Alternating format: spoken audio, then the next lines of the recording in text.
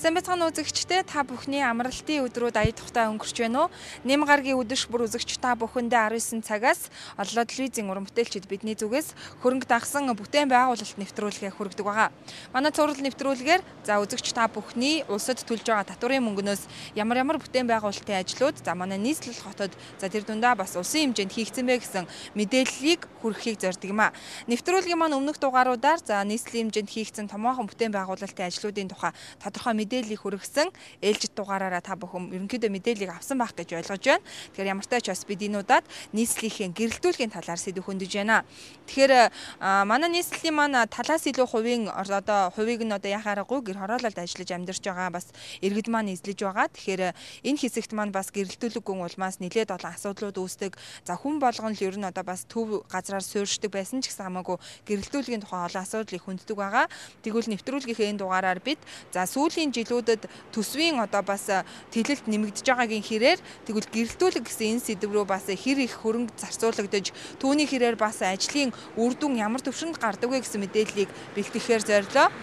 Ингээд нэвтрүүлгийнхээ ээлжид шинэхэн хуудсанд анхаарлаа хандуулна уу. Гэрэлтүүлэг гэж чухам бас нийслэлийн хэмжээнд ямар төвшөнд байгаа, гэрэлтүүлэгтэй холбоотой ямар асуудлыг үүсгэх талаар нэвтрүүлгийн дугаараар хүлээн үзнэ. Хотын иргэд бид шинэ үеийн шинэ хотод аж төрж байгаа. Гэхдээ манай нийслэлд тулгамдсан асуудал шийдэх шаардлагатай олон бэрхшээл байгаа нь үнэн. Өдөр богино болж шөнө урт болсон өвлийн улирлын энэ үед олон нийтийг бухимдуулдаг нэг асуудал бол гэрэлтүүлэг юм. Төсвийн тэлэлт нэмэгдэж, улсын хэмжээнд хийгдэж байгаа тал бүрийн ажлууд өргөжөж байгаа. Энэ үед энэ сэдвийн хүрээнд яригдах хөрөнгийн хэмжээ мөн л даган өсжээ. Түүнчлэн хөрөнгөхөөс илүүтэй нийслэлийн гэрэлтүүлгийн асуудлыг шийдэх шинэ аргачлал шаардлагатай болсон байна. Техник технологи асар хурдтай хөгжиж байгаа. 21-р зууны томоохон хотуудын хөгжил дэвшил, сүр хүч, өнгө төрхийг илэрхийлэх гол үзүүлэлт нь гэрэлтүүлэг, чимэглэл болдог. Гэхдээ гэрлэн чимэглэл гэхээс өмнө гэрэлтүүлгийг ярих хэрэгтэй юм а. Нийслэл өөрөө хариуцдаг байсан гэрэлтүүлгийг саяхнаас дүүргүүд өөрсдөө хариуцан хийдэг болсон байна. Мөн энэ онд гэрэлтүүлгийг нэмэгдүүлэх ажилд зарцуулах хөрөнгийн хэмжээ давхар нэмэгдэжээ. Гэрэлтүүлгийн сайжруулах хүрээнд бол зарим менежментийн өөрчлөлтүүд сүүлийн ажилд хийсэн. Энэ ажлын хүрээнд бол төвийн 6 дүүргүүд бол тус бүрдээ гэрэлтүүлэг хариуцсан байгууллагуудтай болсон. Хоёрдугаарт төсвийн хөрөнгийг бол дүүргүүд рүү тэр зарцуулж байгаа байдалд хяналттай үүргийг бол дүүргүүдийн үйлдвэр үйлчлэгийг хэлсэн. Тодорхой хүмүүсийг бол томилж энэ сар бүрийн ажлыг бол хянаж баталгаажуулж энэ төсвийн хөрөнгө үр ашигтай зарцуулах гэж гинөө гэдэг дээр бол хяналт тавьж төрийн сангаараа санхүүжилтийн хэлэх ажилдаа явуулж байна. Тэгээ энэ ажил бол цагчийн албатай хамтарсан гурвалсан гэрээний хүрээнд энэ үүрэг хариуцлагын тодорхой болгоод хотын гэрэлтүүлгийг хэр хэмжээний хөрөнгөөр хийх юм, тухайн дүүргийн гэрэлтүүлгийг засварлах юм, хэдийн хувьтай барьж явах хэрэгтэй юм, хэрэг үүргээ биелүүлэх бол ямар хариуцлага тооцож явах хэрэгтэй гэсэн бол гэрээний хүрээнд бол ингэж ажиллаж байгаа. Тэгэхээр энэ гэрээний дүгнэлтийг бол 2011 онд эцсээр бол бүх дүүргүүдээр дүгнсэн байгаа. Тэгэхээр энэ 11 оны гэрээ дүгнэлтийн байдлаар бол дүүргүүдийн засаг дарганараас бол хотын гэрэлтүүлэг хариуцсан 6 компанийн хувьд, төвийн 6 компанийн хувьд бол хангалттай гэсэн үгийг өгсөн байна. Хөрөнгө оруулалтын чиглэлээр бол энэ жил нэлээд хэмжээний хөрөнгө хотоос болон улсаас төлөвлөсөн байна. Энэ нь бол хотоос гэхэд бол 9 тэрбум төгрөгийн хөрөнгө төлөвлөсөн. Улсаас мөн 600 орчим сая төгрөг. Энэ ажил мөнгө хаашаа явж байгаа вэ? Нэгдүгээрт нь бол хотоос гарсан хөрөнгөтэй холбоотой нийслэлийн статын 2 удаагийн захимж гарсан. Нэгдүгээр захимж бол эхний 9 тэрбум төгрөгийн холбоотойгоор тендер зарлаад, хоёрдугаар захимж бол 6 сард гарсан захимжууд бол тендерээс тодорхой хэмжээгээр хөнгөгдсөн хөрөнгийг ахиж бусад ажилд зохицуулах гэх чиглэлээр гарч ингэж хөрөнгө оруулалтын газраар хянагдаад ингээд ажил хийгдэж байна. Энэ ажлын чиглэлээр хийгдэж байгаа биелэлт бол одоогоор бол үндсэндээ ажил дуусч байна, хүлээж авах шатантай байна гэж. Тэгэхээр энэний үр дүн бол ямар үр дүнтэй байх юм бэ гэхээр нийслэл Улаанбаатар хотын гэрэлтүүлэг бол бараг 4-ний 1 дахин нэмэгдэж байгаа гэсэн үг. Тэгээ бараг 30 мянган гэрэлтүүлэгчтэй болж байна. Энд бол гол барьдаж ажилласан гэх юм асуудал бол энэ технологийн шинжилгээний асуудал байна. Ялангуяа энэ шинээр тавьж байгаа гэрэлтүүлгийг бол эрчим хүч бага хэрэгэлдэг. Тэгээд эдлэгээний хугацаа нь бол урд нь хэрэгжилж ирсэн, одоо хэрэгжилж байгаа энэ гэрэлтүүлээс илүү юм удаа урт хугацаатай бараг 5 дахин хугацаа илүү хугацаатай хэрэглэдэг лед гэрлүүдийг тавья. Хоёрдугаарт энэ 3 дахь эрчим хүч гэж ярьдаг энэ сэргээгдэгч эрчим хүчийг нарны эрчим хүчээр ажиллах гэрэлтүүлгийг бол тодорхой хэмжээгээр төлхөө оруулах гэсэн байдлаар орон сууцны хорооллууд бол 600 орчим гэрэлтүүлгээр шинээр тавигдаж байж байгаа.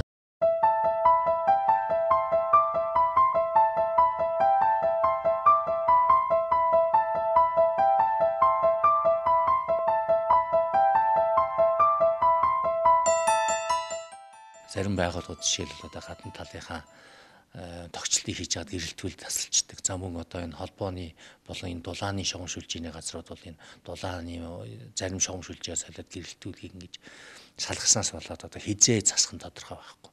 Ямар ч үүрэг хариуцлага байдгүй нэг иймэрхүү байдлыг бол бид нэр одоо ойрын хугацаанд энэ дээр бүх дүүргүүдтэй хамтаа судалгаа гаргаад иргэдэд одоо хэл мэдээлэлээр мэдээлнэ гэж ингээд тохироод ажиллаж байна. Тэгэхээр энэ дээр бол одоо жишээлбэл авто замын байгууллагатай хийж байгаа энэ баруун зүүн дөрвөн замын гэр хизээ асах юм бэ?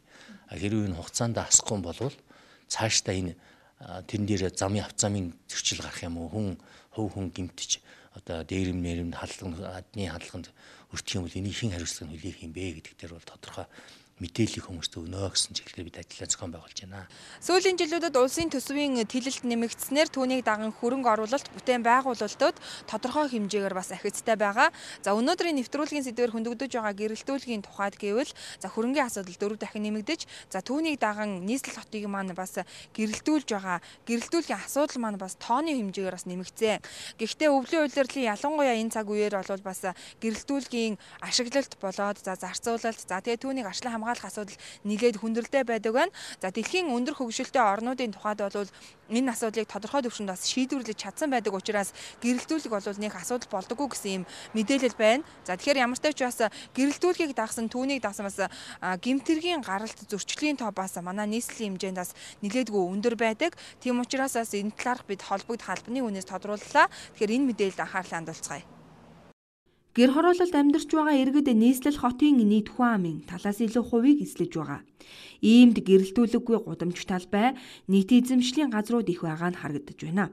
Гэрэлтүүлэггүй орчинд дээрэм танхаарах, бусдын биед гэмтэл учруулах, хулгай хийх гэмт хэрэгүүд түлхүү үйлдэгддэг. За судалгаанаас харахад нийт гарч байгаа гэмт хэргийн 79% нь гудамж талбай, аж ахуйн нэгж байгууллагын ойр орчимд гэрэлтүүлэг шаардлагатай газар болдог бол 56.1% нь 19-өөс тэг 6 цагийн хооронд гардаг байна. Өөрөөр хэлбэл 10 гэмт хэрэг тутмын 8 нь харанхуй орчинд үйлдэгддэг байна гэдэг нь гэрэлтүүлэг энгийн хэрэглээ гэхээсээ илүүтэй гэмт хэрэгээс урьдчилан сэргийлэх хэрэгсэл болох учиртай нь харагдаж байгаа юм.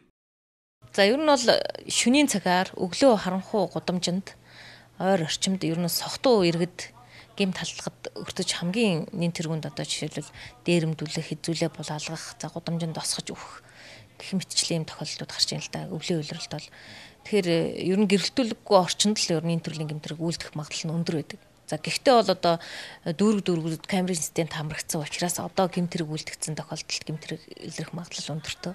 За гэрэлтүүлэггүй орчинд бол одоо 1000 камер тавиад одоо гэмтрэг илэрхэд маш хүндрэлтэй шүү дээ. Тэгэхээр ер нь холбогдох байгууллагууд нь цагдаагийн байгууллагатайгаа хамтраад энэ одоо харанхуй гудамж талбай, за байр орцын гэрэлтүүлэх болох тал дээр анхаарах шаардлагатай. За хувь хүн ч гэсэн өөртөө бас энэ гэрэлтүүлгийг тэгээ санаачлаад одоо гэр хороолт гэхэд хажуу хавиргын хайл өрхтөө ярьж байгаад өөртөө одоо гэрэлтүүлэг тавихыг тавьж болно шүү дээ. Тэгэхээр иргэд бас өөртөө энэ тал дээр санаачлага гаргах хэрэгтэй. Асуудлын хүрээнд яригдах нэг гол чиглэл бол гэр хорооллын чиглэлд хийгдэж байгаа гэрэлтүүлгийн ажлын тухай дурдхан зүйтэй юм а. Хүн амын талаас илүү хувь нь гэр хороололд суурьшиж байгаа. Улаанбаатар хотод гэрэлгүй гудам их байгаа. Иймд түүнийг даган гарах гэмт хэрэг осол зөрчлийн тоож буурахгүй байгаа нь харагдаж байна. Нийслэлийн дүүргүүд гэрэлтүүлгийн ажлыг өөрсдөө биедээ хариуцдаг болсноор дүүргийн аль хэсэгт гэрэлтүүлгийн асуудлыг нэн түрүүнд шийдэх шаардлагатай байгааг чухалчлан шийдэх ажлын механизм руу шилжсэн. Энэ нь ч нэг талаараа ажил хугацаа алдахгүй явагдах үндэс болж байгаа юм а. Мөн нөгөө тэгүүр түүнийг даган улсын төсвийн хөрөнгийг хэрхэн зарцуулж байгаад давхар хяналт тавих шаардлага тулгарч байна. Энэ гэр хороол маань бас харьцангуй юм нэг жоохон уднаас угаасаа юм жоохон зохион байгуулалттай болсон учраас орчныг нэгдүгээр асалтын тоолоход хэцүү. Хоёрдугаар тэр бүгдийг засахад одоо ийм одоо хаагуур орох уу гэдэг ингээд шөнийн цагаар хичээл гэрэл үүсгэх дарга боломжгүй байх тийм байдалтай байдаг байхгүй. Тэгэхээр бол энэ шуурхай байдал жоохон хүндрэлтэй. Гэхдээ яг бас харьцангуй одоо ингээд тоонууд нэмэгдсэн учраас бас арай өөр нэмэгдэж хилээ барьж जैन. Гэхдээ бас шаардлага хангахгүй. Гэр хоолын камержуулах ажил давхар хийгдэж байна.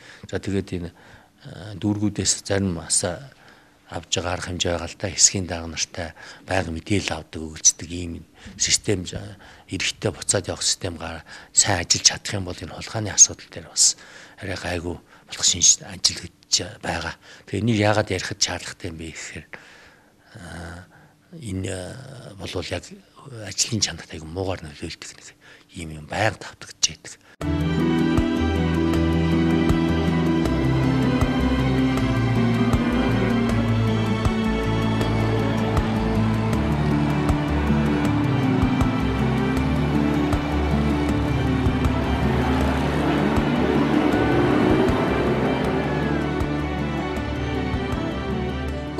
Бүтээн байгуулалтын нэвтрүүлэг ээлжид дугаараараа үзэгч та бүхэндээ гэрэлтүүлгийн тухайн асуудлыг хөндөж байна. Тэгэхээр нийслэлийн хэмжээний гэрэлтүүлгийн асуудлыг шийдэхийн тулд төрөөс бас тодорхой хэмжээний бодлого барьж шинэ менежментийг нэвтрүүлж за тодорхой хэмжээний бодлогын түвшинд бас үр дүнг нь харуулж чадж байгаа. За гэхдээ дүүргүүд бас өөрсдөө бие даан гэрэлтүүлгийн асуудлаа шийддэг болсноор за нийслэл дээр тохогддог байсан тэр хүнд ачаа бас багассан гэж албаны хүнээс бас мэдээлж байгаа юм а. Өөрөөр хэлбэл үүнийг дагаад бас хариуцлага өндөржиж за тухайн дүүрэгт хэрэгжиж болох гэрэлтүүлэгтэй холбоотой ажлууд дор бүрнээ цаг алдалгүй хэрэгжих боломж бүрдсэн байна. Энэ талаарх мэдээллийг бид та бүхэндээ нэвтрүүлгийнхээ энэ удаагийн дугаараар Чингэлдээ дүүргээс бэлтгэлээ. За ер нь хөрөнгө дагсан бүтээн байгуулалт нэвтрүүлэг тодорхой бүтээн байгуулалтын ажлыг хөндөхдөө бас тухайн дүүргүүд дээр ямар байдлаар хэрэгжиж байгаа талаар наривчлсан мэдээллийг хүргэдэг байгаа. Энэхүү мэдээллийг ээлжид дугаараараа Чингэлдээ дүүргээс хүргэе. 2012 онд хотын гэрэлтүүлгийн ашиглалт үйлчилгээг сайжруулах, иргэдэд шуурхай үйлчилгээг хүргэх ажлыг холбогдох нэгжээс эхлүүлсэн. Энэ үүднээс оны эхнээс бүх дүүргүүдийн тамгын газар, захирагчийн ажлын албатай хамтран чанар манай зорилт гэсэн зорилт тавин ажлыг явуулж байна. Ажлын хүрээнд юуны өмнө ямар ажил хийх шаардлагатай вэ гэдгийг тодорхойлж, цогц байдлаар ажлын үр дүнг сайжруулахыг зорьсон. За иймдээч гэрэлтүүлгийн ажил дүүргүүдэд ахицтай явагдаж байгаа тухай дүгнэлттэй байна. 2012 оноос эхлэж бол 11-12 оноос эхлэж бол Чингэлдээ дүүрэг ер нь төвийн 6 дүүрэг бүгд бол ийм тендер шалгаруулж нэг компани бол хариуцж ажиллаж байгаа. За үүн дээр бол Чингэлдээ дүүргийн манайхтай бол гурван гэрээ байгуулад Соён дэрэг гэдэг компани бол ажиллаж байгаа. За энэ компанитай ажилласнаас хойш ер нь бол яг нэг дүүргийг нэг компани хариуцаад ажиллахад одоо ажил хариуцж байгаа хэлцээ үзэхэд бол агц гарч байна. За үүн дээр бид нар анх аваад яхад маш олон гэрлийн шон толгоогүй одоо доод хэсэгтээ гэрлийн утаснууд нь ил гарчихсан, дугаар байхгүй, гэрэлтүүлгийн асалтын байдал бол дөнгөж 75% таа бол анх хүлээж авсан байж байгаа. Дундаж юу. За ингээд бид нар Соён дэрэг компани удирдлага Чингэлдээ дүүргийн засаг дарга түүний засаг даргын тамгын газрын одоо ажил хариуцсан төрийн сангийн хэлтэс үйлдвэрлэгчний хэлтсэнгээс хамтраад хэрхэн ажиллах талаар бол ярилцаад тэгэд нэлээд хатуу гэрээг бол хийсэн байж байгаа. Тэгээ энэ 11 оныхаа ажлыг дүгнээд 12 онд бол үргэлжлүүлэн энэ компаниар хийлгэхээр болсон. 10 дугаар сарын дундуур замын цагдаагийн газар нийслэлийн захирагчийн ажлын алба ингээд хамтраад энэ бас дүүргүүдийн гэрэлтүүлгийн асалтыг бол шалгасан байж байгаа. За үүн дээр бол манай нийтийн эзэмшлийн гудам талбай гэж авдаг. Энэ маань 94.6% таа. Орон сууц соёл бол 100% асалттай. Гэр хорооллох бол 95.5% буюу дүүргийн хэмжээнд 95.4% таа байж байгаа.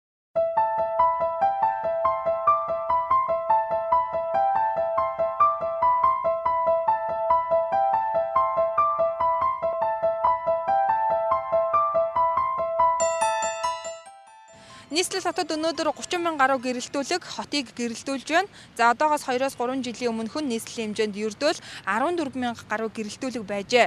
За гэхдээ шинэ менежмент, шинэ бодлогын хүрээнд энэ асуудал дээр төрөөс онцгой анхаарсны үндсэн дээр за мөн төсвийн дэлэлтийг даган энэ асуудалд бас тодорхой хэмжээний хөрөнгө зарцуулах боломж бүрдснээр өнөөдөр бид бас нийслэл хоттой гэрэлтүүлэхтэй болж чадсан байна.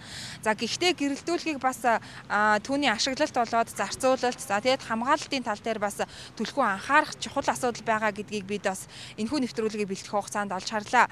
За нийслэл дээр тохиогддог байсан гэрэлтүүлэгтэй холбоотой цогц асуудал өнөөдөр дүүргүүд дээр тодорхой хэмжээнд биедан шийдэгддэг болсноор за түүний зөвхөн одоо төсвийн зарцуулалтанд төрөөс бас тодорхой түвшинд хяналт тавих ийм л одоо алхам үлдсэн байна. За энэ бол өнөөдөр хэрэгжиж байгаа шинэ менежменттэй бодлогын асуудлын бас нэг үр дүн харагдаж байгаа юм а. За цаашдаа гэрэлтүүлгийг нэмэгдүүлэх ялангуяа гэр хорооллууд руу дагнсан за тэр бүхэл одоо гудамж руу дагсан ийм гэрэлтүүлгийг бий болгохын тулд дүүрэг бүр тодорхой түвшинд анхааран ажиллаж байна. За дүүргүүд дээр хэрэгжиж байгаа ажлын дүн дээр бол бас ямар нэгэн байдлаар төрөөс бас зөвхөн төсвийн хөрөнгийг хараа суусангүй тодорхой хэмжээндээс өөрсдийн хэмжээнд хөрөнгөө төсөвлөөд за чадлынхаа яриандаас гэр хороолол руу чиглэсэн гэрэлтүүлгийг нэмэгдүүлж байгаа нь за иргэд болоод түүнийг дангарах гэмтэргийн зөрчил буурахтай шууд холбоотой байгаа юм а. Нийслэлийн хэмжээний гэрэлтүүлэг тойрсон асуудал энд хүрээд дуусахгүй цаашдаа шийдвэрлэх шаардлагатай шийдвэрлэхээр төлөвлөж байгаа олон асуудлууд байгаа. Энэ талаарх бид нэвтрүүлгээрээ бас хүрэхийг зорилоо. Ямар ч тач ээлжид дугаартай хамт байж бидний бэлтгэсэн нэвтрүүлгийг анхаарал үзсэн та бүхэндээ баярлалаа. Эх 7 хоногийн нэм гарагт шинэ бүтээн байгуулалттай шинэ хөрөнгийн тухай ойлголттой иргэн уулзах болно. Баяртай үзэгчдээ.